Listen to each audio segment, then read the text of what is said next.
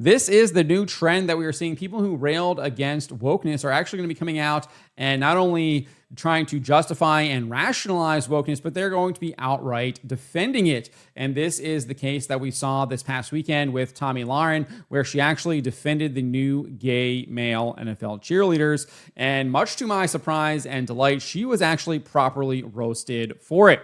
Roll this up over at phantompulse.com. You can find the link in the description below. So if you haven't been paying attention to what's been happening in the NFL preseason, a number of teams, including the Minnesota Vikings and the New England Patriots, introduced new gay male cheerleaders that are not your typical male cheerleaders. They're not throwing the girls up into the air. They're not lifting them up, etc. These are gay male cheerleaders that have clearly taken on the role of a female cheerleader.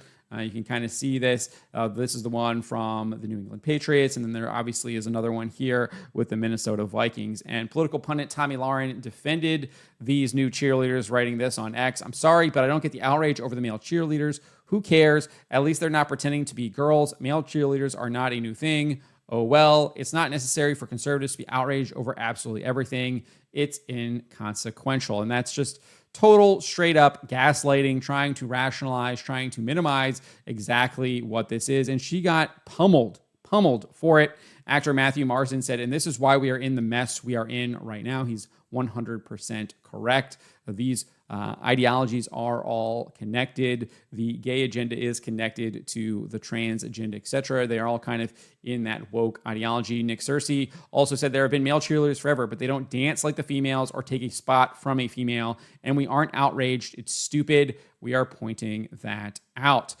The Quartering said it's not a male cheerleader. Those guys are men who toss the women up in the air. It's an effeminate gay man pretending, playing a caricature of a woman, taking a job from an actual woman so they can virtue signal. Everything about it is wrong.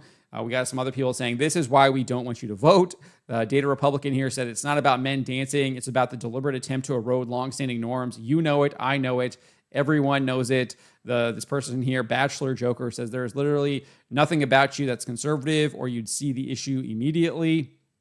The lectern guy here says not wanting gay stuff in everything is okay. You don't have to apologize to people who have said they are coming for our children. And that is well documented that is what they are indeed trying to do. I remember there was the whole like California gay men's chorus, or San Francisco, whatever it was. Some city out in California had a chorus where they literally sang a song about how they were coming after your children to try to get them to buy into this evil, sick ideology and the disordered lifestyle.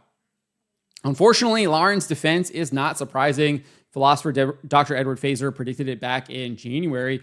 He wrote this: the LGB without the T-shtick is going to become standard in the new conservatism evolving before our eyes. It's a delusion. The T is a consequence of the same premises that led to the LGB. They stand or fall together, as I argue here. I highly recommend reading that entire blog post. Obviously, I've linked it here in this article. I'll hopefully remember to put it in the description below for this video as well, so you can take a look at it as well. But this is a part of that article where he wrote this: the movement for gay rights effectively severed a person's self-identified sexual orientation from biology, and the identificationist is pointing out that if we are going to do that, then to be consistent, we will have to sever one's self-identified sex from biology.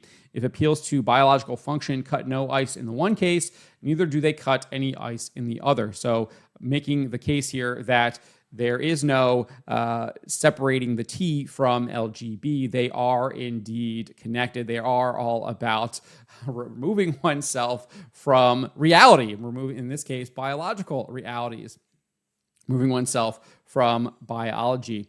But it was good to see that there are so many people pushing back against this. I was actually really encouraged to see that, but we have to do this because there are a lot of people like Tomi Lahren that are going to try to downplay this stuff. They are going to try to now claim that this stuff isn't woke anymore, it's inconsequential, who cares, etc., when all of this stuff is indeed connected. It does indeed matter, and it is leading to the degradation of our society. And at the end of the day, it's leading people to hell, and we don't want people going to hell. We want to save people's souls. We want to lead people to Jesus Christ. We want them to attain eternal salvation, eternal glory with Jesus Christ in heaven. But let me know what you guys make of this. Let me know in the comments below. Remember to always be charitable, especially to each other, and to always speak the truth. Why would you be afraid of the people. Why are you not afraid of God instead of man?